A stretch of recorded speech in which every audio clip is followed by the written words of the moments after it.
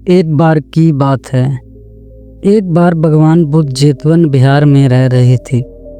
भिक्षु चक्षुपाल भगवान से मिलने के लिए आए थे। उनके आगमन के साथ उनकी दिनचर्या, व्यवहार और गुणों की चर्चा भी हुई। भिक्षु चक्षुपाल अंधे थे। एक दिन बिहार के कुछ भिक्षुओं ने कुछ मरे हुए कीड़ों को चक्षुपाल की खूंटी के बाहर पाया और उन्होंने चक्षुपाल की निंदा करनी शुरू कर दी कि उन्होंने इन जीवित प्राणियों की हत्या की। भगवान बुद्ध ने निंदा कर रहे उन भिक्षुओं को बुलाया और पूछा कि क्या तुमने भिक्षुओं को कीड़े मारते हुए देखा है?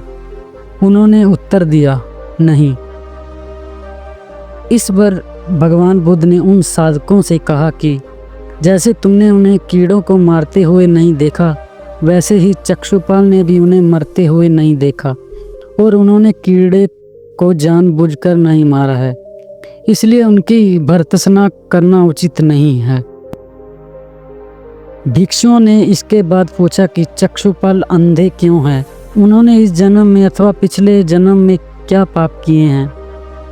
भगवान बुद्ध ने चक्षुपाल के बारे में कहा कि वह पूर्व जन्म में एक चिकित्सक थे।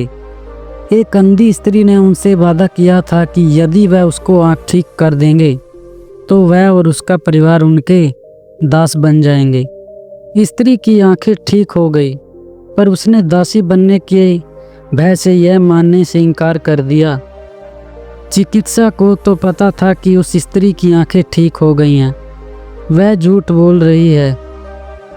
उससे सबक सिखाने के लिए या बदला लेने के लिए चक्षुपाल ने दूसरी दवा दी। उस दवा से महिला फिर अंधी हो गई।